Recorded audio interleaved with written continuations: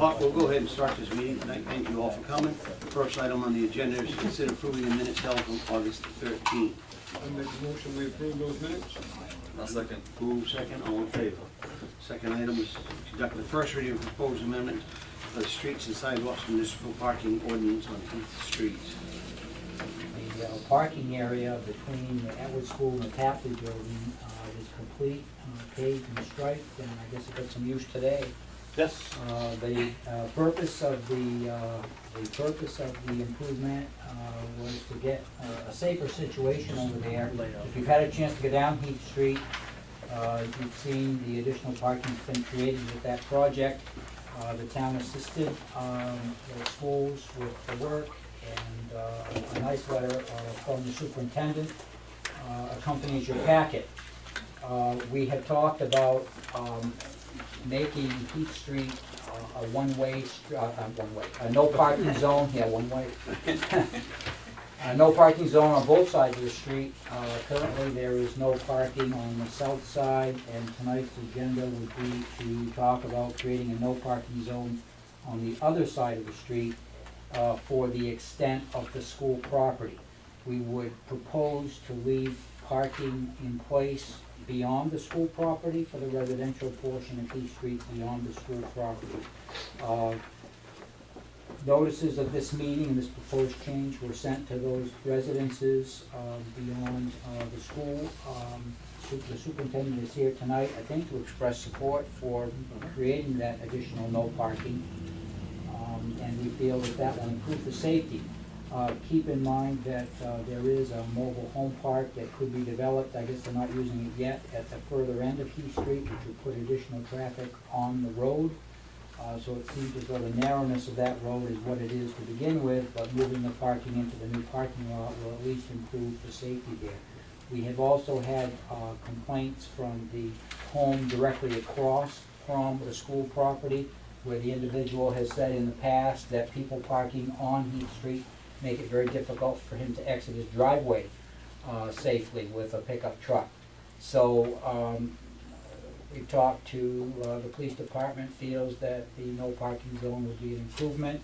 I think the bus drivers would probably agree, the superintendent agrees, but this is up to you to decide.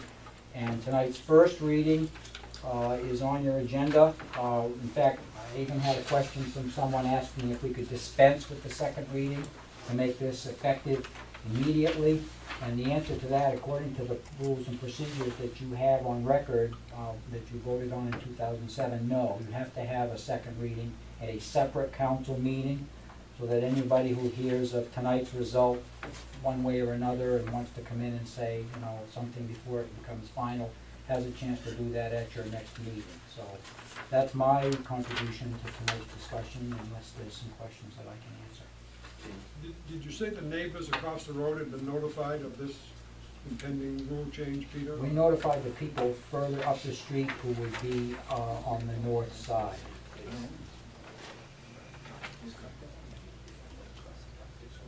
I guess one question was whether or not to extend the no parking zone all the way up the north side of Heath Street. And I guess that was the first thought, that we should just make no parking on both sides, because it is no parking on the south side all the way up. Right. So we notified the ones directly in front, because there's not much, those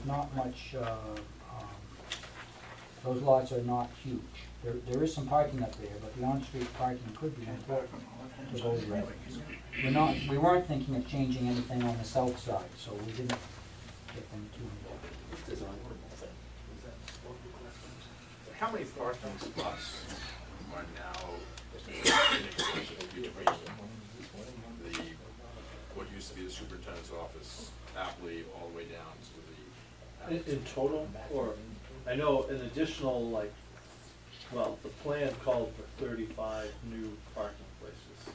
To be honest, I don't have a count of existing, but I do know that when we worked with, when they did the site plan for it, they counted the parking on the street as well as spaces that we would need to accommodate, and that more than, the new spaces more than took care of planning for no parking on the street, so.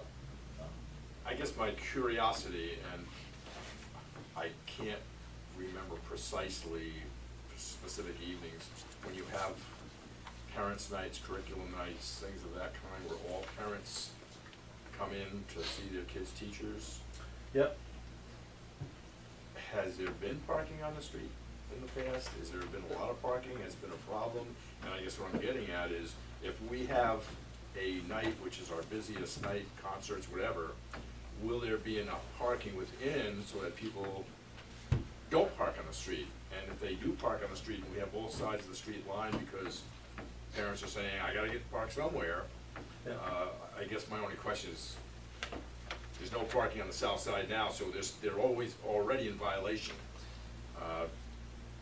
How would we handle that from the school-town partnership to not create an issue, but at the same time to keep the road open like we're intending it? So I guess I was just curious as to what the potential might be for the problem on bad nights, or good nights that have Yeah, a parking yeah, issue. no, you know, so Atwood probably has about 230 students.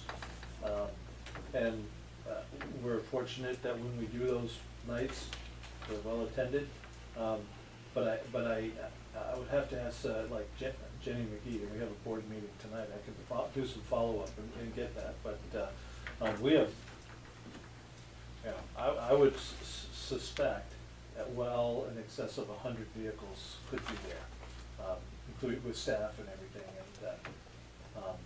I've made a note to get total number of parking spaces, but I do know, and Peter did a good summary, but one of the big challenges with respect to the parking that exists on that street now is the big buses coming out and making I mean, it's just hard, I mean, sometimes it's just not easy to make that turn. In reference to that, I was thinking, you know, the other day we had a bus drivers meeting, between the bus drivers and the van drivers and the aides. There were 47 people in the boardroom, and I drove into the parking lot quite pleased, thinking, geez, there was only one bus parked in front of the superintendent's office, and all the rest of the parking slots were filled except for like 4 or 5, and I was pleased to see that they were off the street. When you said that, I've actually seen signs that say, no parking between 6 and 6, you know? Maybe we could do that, maybe it's, maybe we could put an exemption with that on that.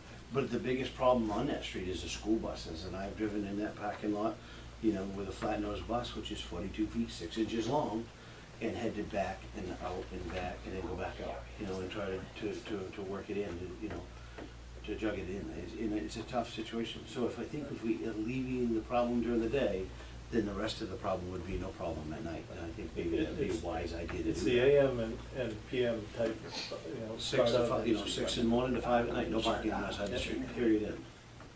And that then would be compromising with the town and compromising with the school is what we Buses would be want. all gone by 4 anyway. Oh, yeah.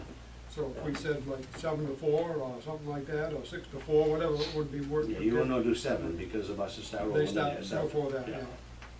So, but I noticed today at 2:30, there was 5 cars parked on the side of the road there, even with all the new parking places.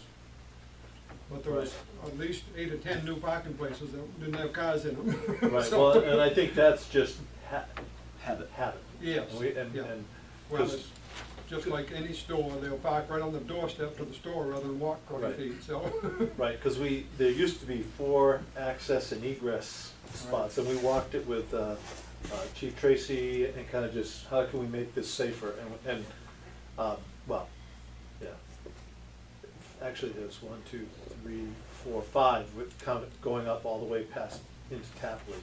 And we've eliminated 1, and we believe that's gonna make, that actually created some more parking spaces, but I think it will improve overall traffic flow.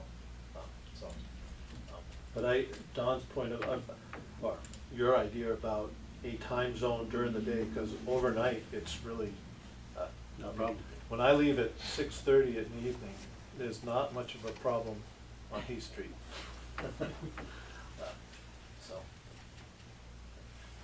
The other thing that was done, I mean, and this was a great example of partnership, because we would not have been able to stay under budget if that didn't get done, but this project addressed some significant drainage problems that are now taken care of, so that was another good result of the project, so. I'd make a motion that we, oh, go ahead, no.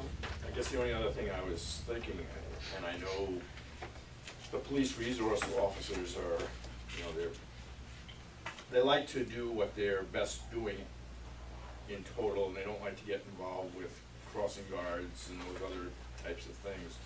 But maybe in the beginning of the year, after we've done this, if one of them could be positioned in that area, so that if people are parking there, they can very quickly say that, you know, there is no parking in this area, please do not block, the buses can't get in and out, et cetera, in a nice fashion. And it might set the tone, or at least get people educated to what we're doing, than having us call the police and say, would you make a run up and down the street and try to do something to these cars that are parking where they shouldn't be. Sure, sure. And I don't know if a school administrator could do the same thing, but they're right there at the time, and they'll be able to jump on it quicker than anybody else could. The police Jenny chief and McGee's the school. captain were there today at 2:30, seeing how things were working. Who was there? The police chief and the captain were both there checking out things today when I picked my granddaughter up. Ah, well, it's Jenny McGee's school, you put her out there. You want to call it, or you want me to speak? You know. Mr. Cox, Is this all taking place already? already done. All done? What did you gain by moving those portable, I guess they're portable classrooms? You just repositioned them and reoriented them, but all your parking's all over here. Right, So but what was accomplished there? so the purpose was for safety, and the way they were before, they were turned, and plumbing was provided, because there's, I'm trying to think, it's, I can't remember what grade, but it's K-1-2 kiddos there, so bathrooms were put in. And so it's just, we had just overall improved the site plan and water flow for the As part site. of this project here? Yes. Yeah, it was done in two phases, and the portable relocations were done last summer. And then the parking area was done this summer. When did the transition take place on that? Used to be a big gym there. Looks like now it's all broken out. The gym? Has that occurred, or is that just future? No, the gym nothing's happened to the gym. Oh, it looks it in this drawing. Uh, What's all the walls and, the- that's where the gym sits, isn't it? Right, I think that is meant to show roof things, but there's nothing that's been done structurally to the school. There's- I was standing in the gym the other day, it looked just like it did last year and the year before that, and the year Drawing, before this that. drawing's not showing that, is Yeah, it? that's Well, all right. I must be an engineer that did that. No, it's an architect. I make a motion that we consider Blame this the the first reading superintendent. of an ordinance to have no parking on the north side of East Street from 6 in the morning till 5 at night. Motion made, move second, all in favor? That would be the north side of the street The north by side the of the school street. property. 6 to 5, 3 is the radio. I think that's perfect for that. Good. That was a unanimous vote. Thank you for your time. Cool. Thanks really hard, Jim. Hope your board meeting goes that well. Yeah, it's a quiet agenda tonight. So I will get total number of parking places and just a rough idea of, because I don't know if everyone came for a parent night or curriculum night, how many that would be. And then the SRO is getting there, I mean, if this goes through, then I think that would be a good thing to have them available. Just What to did you kind of say, you know? Our next meeting is on the 10th. Okay. All right. Thank you. Item number 3 to approve an additional carry forward balance from 2013-2014 fiscal year to provide for the Affordable Care Act. In the year that concluded June 30, we had raised at the prior town meeting $10,000 for unexpected results of the Affordable Care Act. The deadlines that we faced were set back a year from January 1, 2015 to January 1, 2016. It would not be necessary to raise that money again if you agreed to carry that forward from the prior year into this year so that those funds will not be requested again. This item was identified after we came to you last meeting with the other carried forwards that you approved. and we would ask you to consider it at this time. I'd make a motion, we carry forward this $10,000. Second motion. Move second, all in favor? Moving into the manager's report. Wanted to give you a copy of the letter that came dated August 11th from the DEP, enclosed with a check for $10,000. They were reimbursing the town for 90% of the cost of the work done at the transfer station in 2012 to install gas venting that they felt was necessary in order to relieve methane from the old landfill, which would be the front portion of the transfer station property. The total amount that they're going to reimburse is $16,234, and as you can see, the letter says the first installment of $10,000 will be followed by the remainder when the funds become available. So, you know, that's good news. It's 2 years. They told us we had to do the work, and apparently there was a change of view at the department as to what the status of that work would be, reimbursable or not, and they're concluding in our favor belatedly, but it's welcome. The next item on the manager's report is an email that I received from Sophie Wilson, she's town manager in Orono. She serves on the Municipal Review Committee that represents municipal interests with regards to the PERC incinerator in Orrington. Oakland's waste goes to PERC through the Waterville contract. I gave you a handout at the last meeting from PERC pertaining to their assessment of operations after 2018, when the current contract to purchase electricity at very favorable rates expires. The discussion has been what will happen to the PERC facility without the contract for the inexpensive electricity.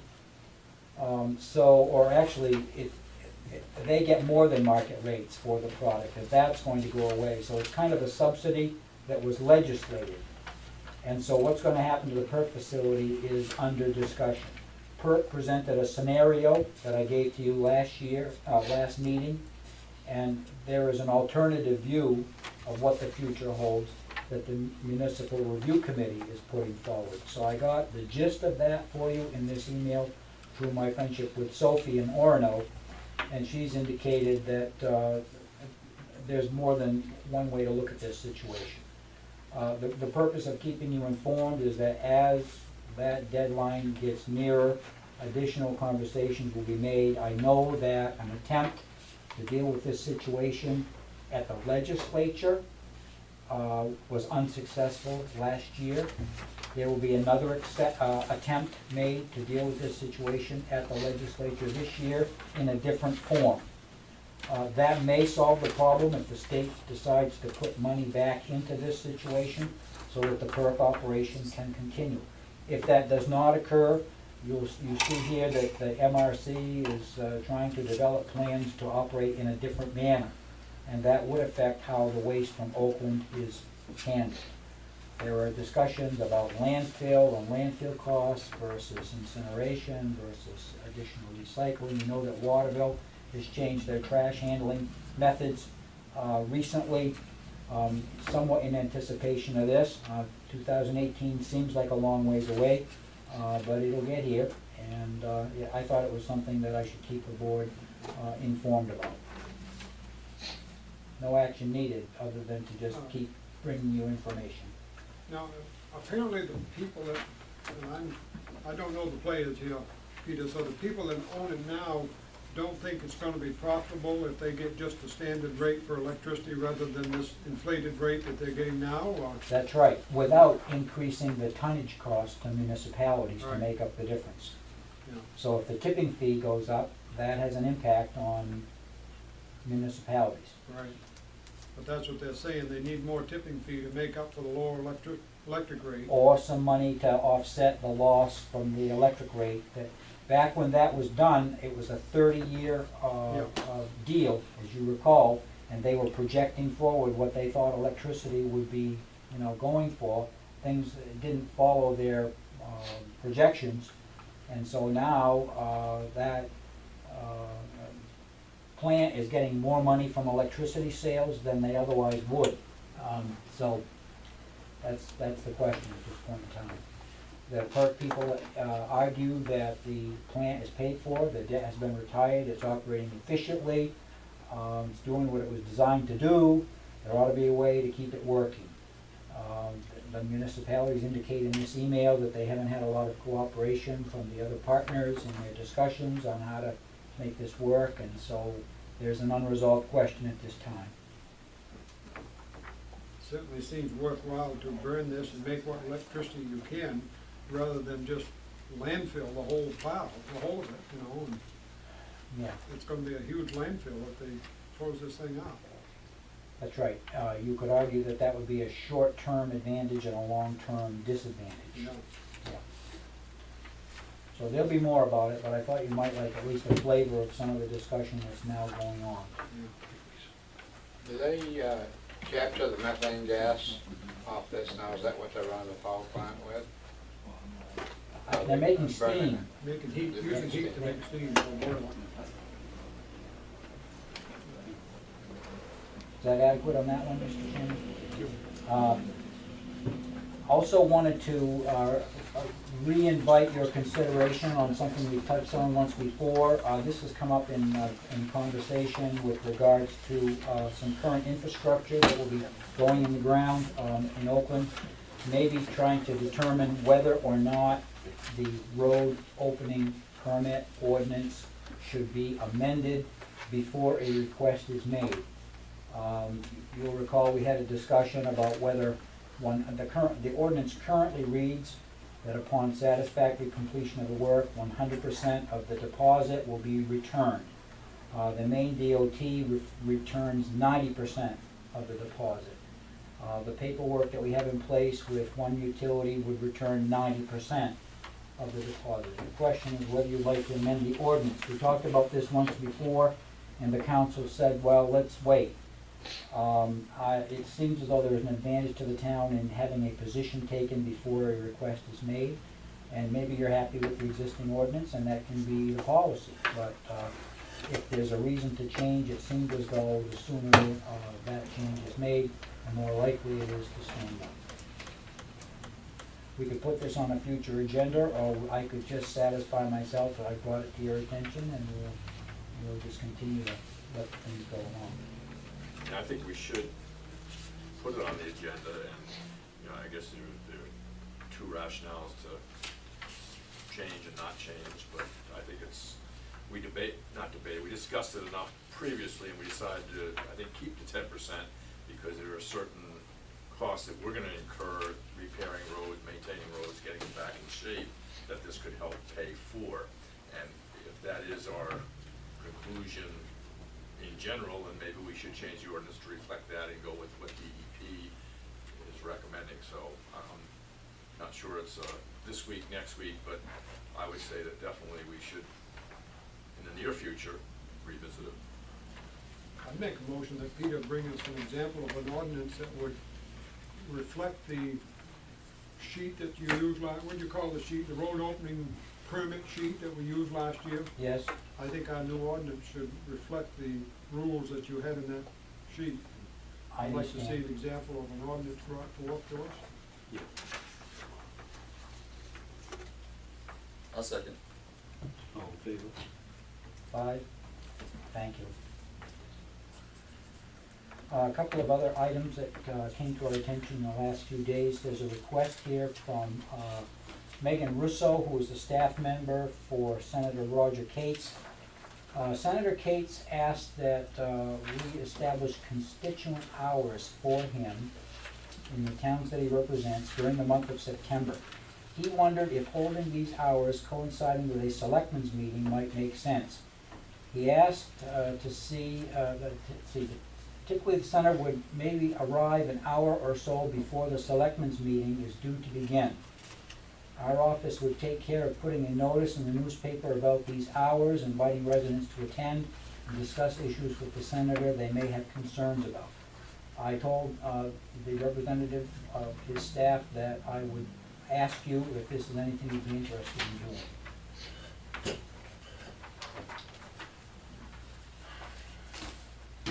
It's fine with me if he wants to come here so people can talk to him. I don't know how other people feel. It's fine with me.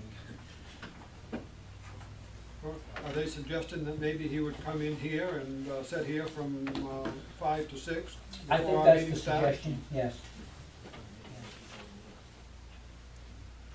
I don't have a problem with that, you know, if he's, who knows, we might have something, we have something in our town that we could help, and he could help, and, you know, Might be us that wants to talk to him. right.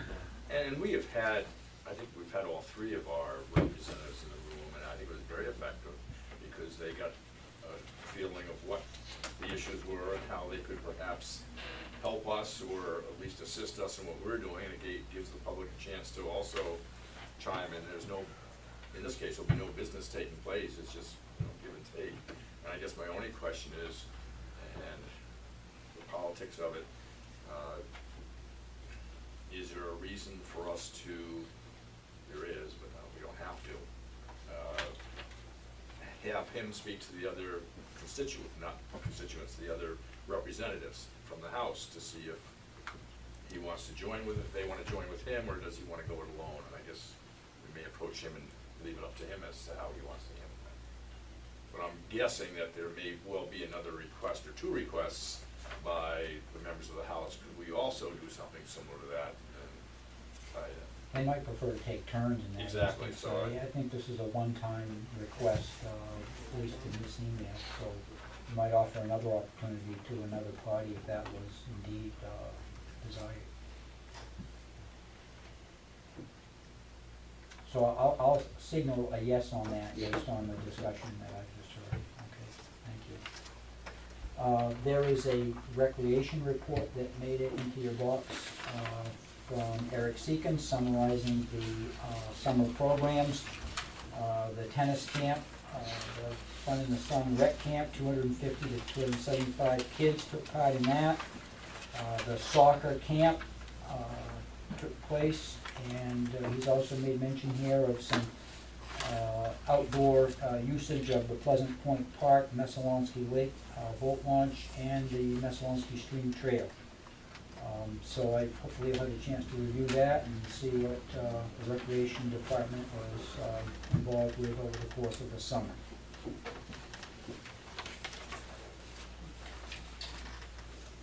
I also had a letter that came today, actually, from Scott Stevens, but I thought I'd mention it because it was pertinent to your discussion last time with regards to the use of Memorial Hall.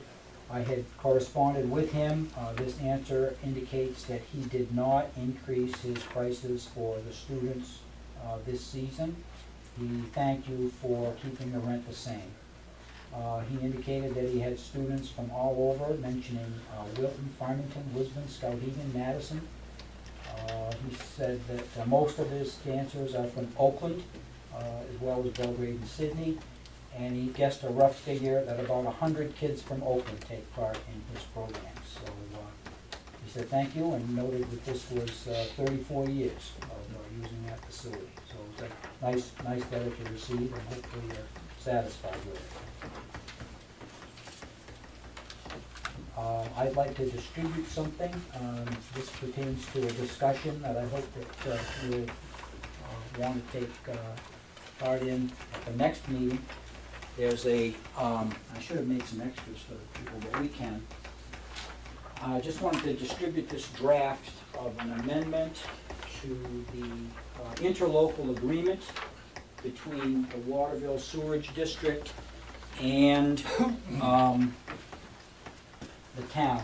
Just if you guys are interested, I can make another one if anybody wants to glance at what I'm talking about. We made an interlocal agreement with the Waterville Sewer District in 2009. That was part and parcel of getting permission to hook to their system, as the state of Maine was urging us to do back then. And we had to have an agreement in place in order to know how business was going to be conducted. The methods by which Oakland would be charged for the sewage that's pumped to Waterville was described in the agreement in two ways. There were two methods, M1 and M2. They were done